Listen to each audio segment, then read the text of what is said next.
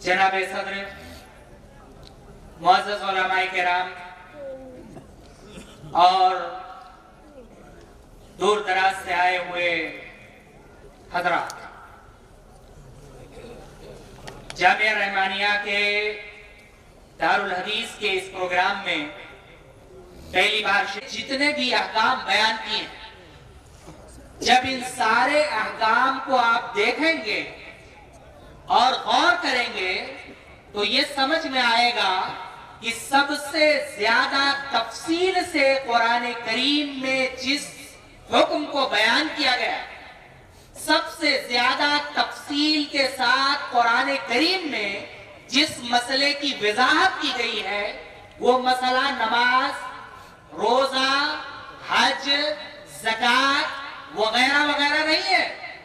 कुरान करीम में सबसे ज्यादा तफसील से जिस मसले को बयान किया गया है, वो मसला है विरासत का।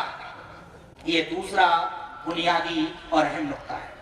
जब आदमी वफात पा जाता है तो वफात पा जाने के बाद उसका माल उसके वरसा का हो जाता है। हमारे यहाँ माशरे में गलती और की जाती है, आदमी मरने के बाद घर वाले इकट्ठा होते हैं और इसके कपड़े फला मदरसे में भेज दो, इसके बिस्तर फला को दे दो, इसकी चारपाई फला को दे दो, ये सामान फला को दे दो, ये सामान फला को दे दो, ये सदका कर दो, वो खैरात कर दो।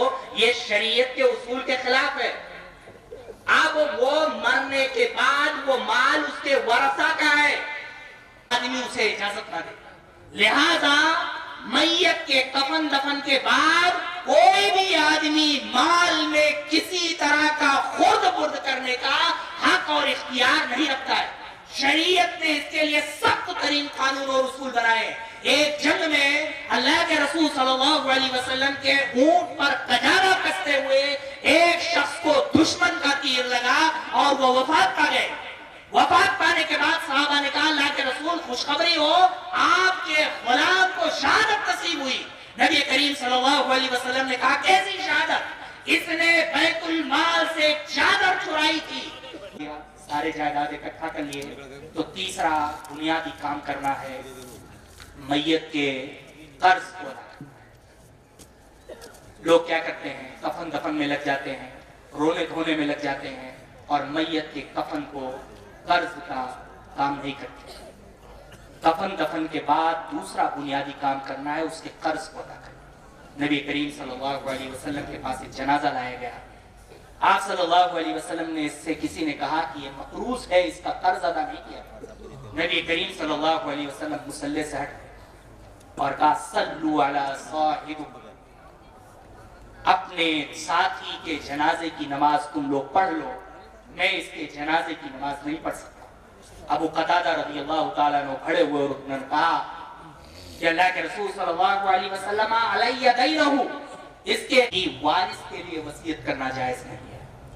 अगर हमारे जायदाद में कोई हिस्सादार बन रहा है तो फिर ऐसी सूरत हाल में हम उसके लिए किसी तरह की कोई वसीयत नहीं कर सकते। जैसे माशरे में एक लड़का बहुत खिदमत कर रहा है बाप का, तो बाप क्या करता है, मरने से पहले उसके लिए कह जाता है कि फला घर तुम ले लेना, फला जायदाद तुम ले लेना।